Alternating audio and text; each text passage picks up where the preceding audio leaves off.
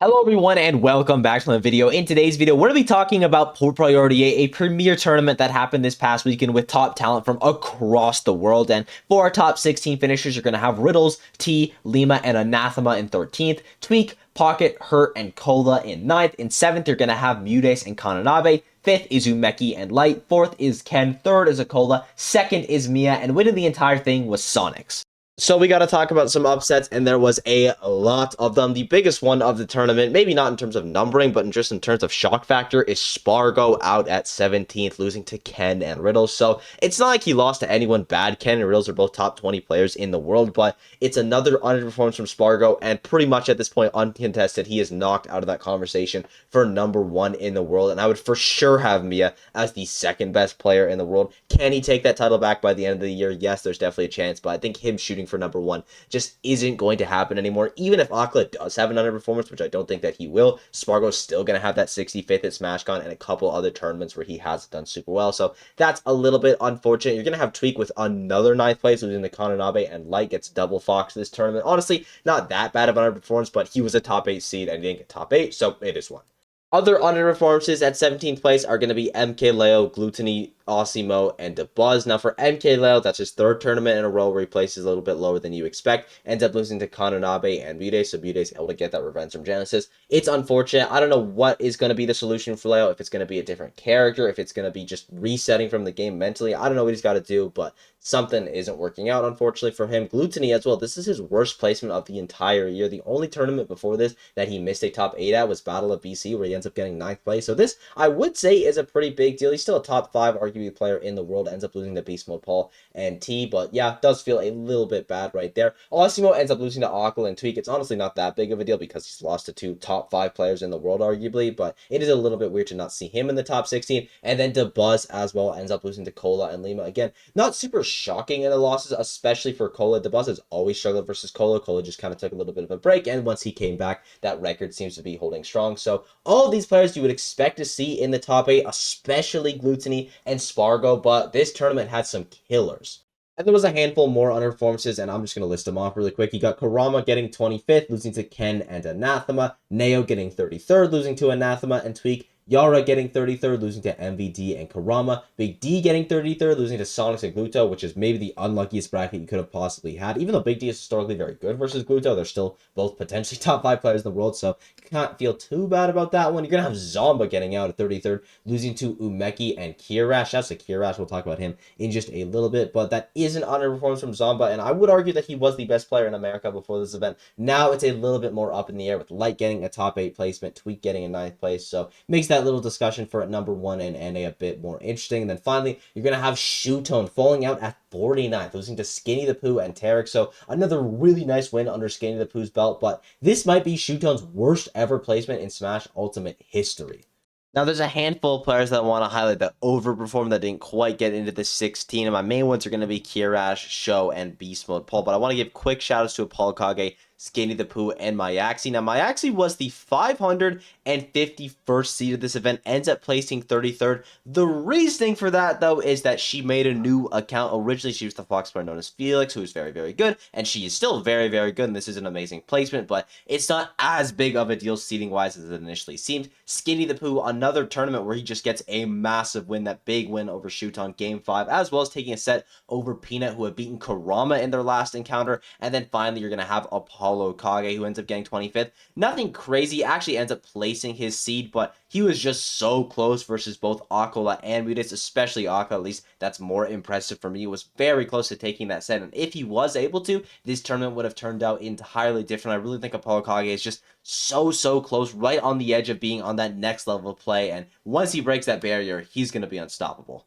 Onto those main list of players, you're going to have Kirash, who ends up getting 25th place with a really nice losers run after losing to Beastly. He's going to end up picking up wins on Toasted, Conga, Jojo the Hobo, Peanut, and Zomba before losing to Riddles. That Zomba win is obviously massive, and I do believe that Kirash is in contention for the best Luigi in the world. We just don't really have a ton of information behind him to back that, so I would still right now give it to someone like Luigi, Yamanaksha, maybe Waka, but if Kirash were able to travel more, I could definitely see him taking that title. Sho as well ends up getting 25th with a pretty similar losers run after losing to Sharp. He was able to beat Tim Prater, Spare, Cosmos, Silver, and Skinny the Pooh to be able to get into the top 32, where he ended up falling to Gluttony. And Meta Knight is not a super common character. Like, we've seen flips from Meta Knight players doing kind of well. You have Matara, who's actually getting some pretty decent results, and Sho is one of the best Meta Knight players in the world. Ye's another really good one that comes to my mind, just doesn't go to a lot of stuff. So it's always nice to see this character thrive. And then finally, Beast Mode Paul, who has just been on such an upward string these past couple months, was able to beat Soar and Gluttony before losing to Cola, where then he was able to beat Andres FN and Siski before losing to Hurt. So some really incredible wins there. Took up all of Europe's top talent. Like, this guy is the European Slayer. We need him at UFA because he's going to farm.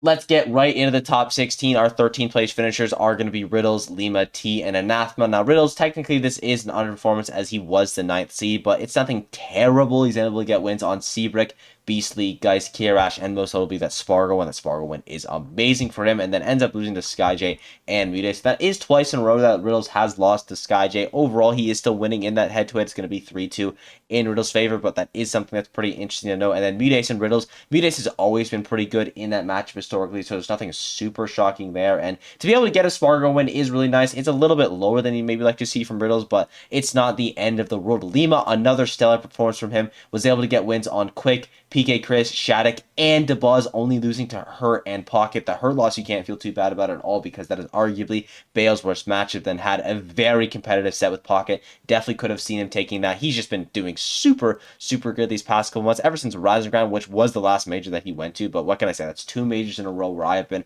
very impressed by him. T, this is technically not an over or underperformance. Ends up matching his seed. Was able to pick up wins on Risk Taker, No Tag, Meister, and Gluttony, only losing to Mia and Hurt. Now, Gluttony, he normally does beat Gluttony, and he normally does beat Meister, so there's no crazy wins that he managed to get at this tournament, but still, those are some very talented players, and it's always nice to get a couple wins on them under your belt. And then finally, for our 13th place finishers, you're going to have Anathema. Ends up getting wins on Toad, Neo, Shu, Karama, and SkyJ, only losing to Spargo and Tweak, so really nice run from him. Some of those wins are incredibly impressive, and only losing to Spargo and Tweak as well. You can't feel too bad about that. He's the highest placing Rob of the tournament. He is still by far the best Rob player in the world on hit, and I'm interested to see if other Rob players are going to be able to catch up to him.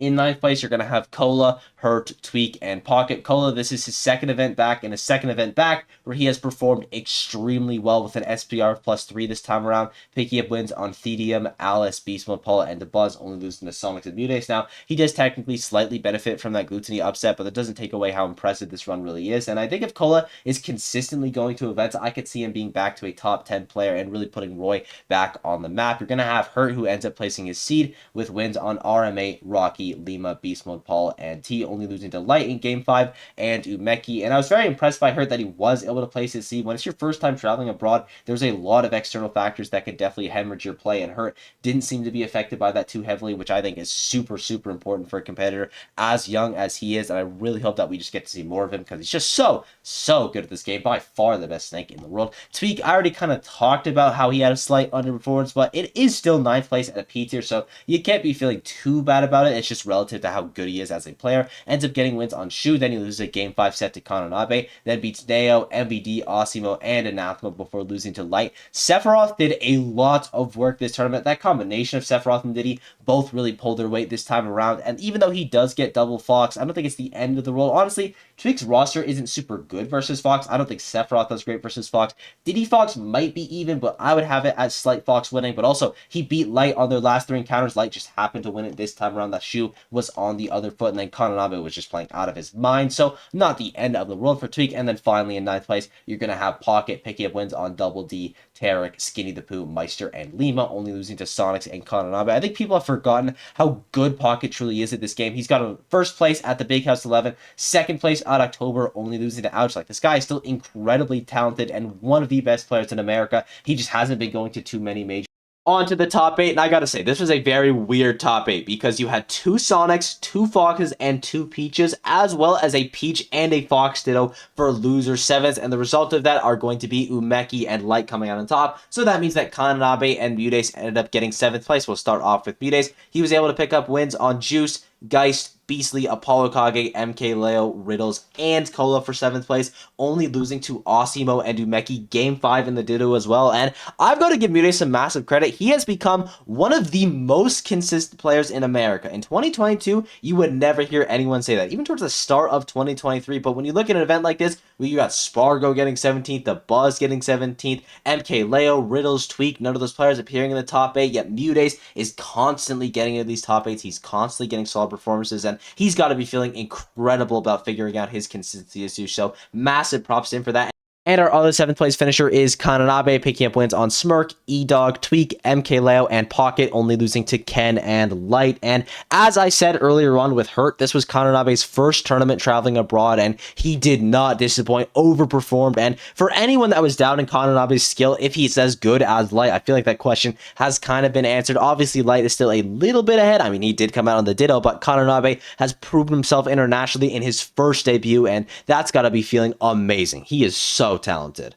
In 5th place, you have our other combination of Fox Peach, which is going to be Light Umeki. Starting with the Fox, you're going to have Light with wins over Dimitri, AC, Shattuck, Hurt, Tweak, and Kananabe, only losing to Mia and Akala. And Light played a lot of games this tournament. AC, Shattuck, Hurt, Tweak, and Kananabe all went to Game 5, and he managed to win all of those Game 5. So Light's stamina was definitely proven at this event. And also, he only lost to Akala and Mia, which are two of the toughest draws you can get, both as a Fox player, but just as anyone in the world. So really solid performance from Light. And also getting a win over Tweak's got to be feeling super good, because typically they are going back and forth. Tweak did have a little bit of a streak right there, but it's got to be nice for Light to break it. And on the other side, you're going to have Umeki, who also popped up. I would argue he had the pop-up run of the tournament with an SPR of +5. Was able to pick up wins on Luis, Zomba, Skyj, Hurt, and Mute, only losing to Akala and Ken, as well as taking Akala to Game 5. And, you know, that debate for the best Peach player in the world, I would definitely still give it to Mute, but a little bit more open-ended now, especially considering how well Umeki did at this event. It's not like events before this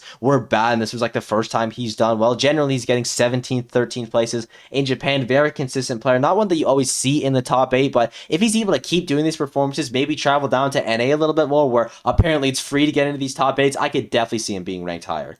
In 4th place, you have Ken. 3rd place, Akola. Ken was able to pick up wins on Splash Daddy, went Game 5, very close set, as well as Dark Wizzy, Karama, Spargo, Kananabe, and Umeki, only losing to Mia and Akola. So kind of the same thing as Light. You can't feel too bad about losing to the best 2 players in the world. Also, Ken is able to qualify for Watch the Throne at this event, so both of our Watch the Throne qualifiers have been taken by Sonic players, and you got to give Ken massive props for this run, especially for his win over Spargo. That is so impressive, considering that how many reps Spargo has in the matchup, as well as Aegis being arguably Sonic's worst matchup. It is super impressive that Ken was able to overcome that. And ever since Ken's been playing solo Sonic, he's looked like a top 20 player in the world. And honestly, I think that's only going to continue getting higher and higher, because he looks insane. And then you're also going to have Akala in 3rd, which is a little bit weird to see. One of his worst placements of the entire year, and it's 3rd place out of Pizza, I know. But he was able to pick up wins on Dominique, Ray, Apollo Kage, Osimo, Umeki, Light, and Ken, only losing to SONIX and Mia. So yeah, technically it's an underperformance, but for literally anyone else in the world, this would probably be their peak.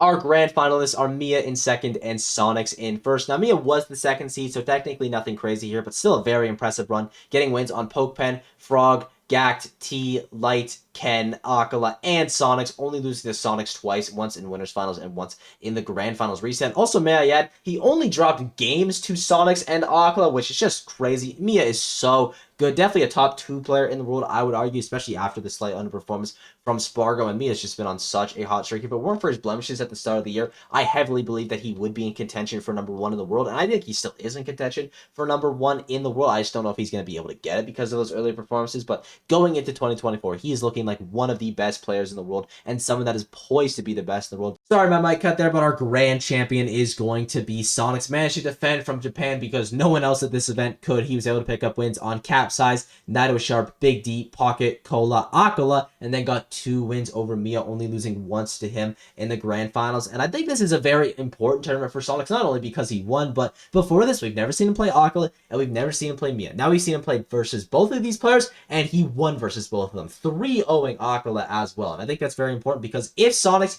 is going to be the best in the world, and that's what he should be shooting for, those are 2 massive barriers that you're able to get over right away. And of course, he could lose in their next encounter, but he's obviously going to be favored. And outside of that, I think the only 2 players in the entire entire world you would favor versus SONIX would be Light and Spargo just because of their history and the characters, but those are definitely matchups that he can win, and I do think that SONIX can become the best. There's a lot of people that can become the best right now in Smash Ultimate, which is why it is so fun to watch this game. And editing fruit block here, I also just thought it should be mentioned that this is Luminosity's first ever win in Smash Ultimate. Despite them having so many amazing players on the roster, no one has managed to get the dub before SONIX, so massive props to him for that, and hopefully after the LG sponsorship ends, he can get picked up by another tier 1 team. With that, I thank you all for watching. I hope you enjoyed. If I left out your favorite player, I swear it wasn't because of malice. There's just a lot of things to talk about this event, so leave a comment down below. While you're down there, be sure to sub. Thanks for all the support. It's been absolutely unreal, and I'll see you all in the next one.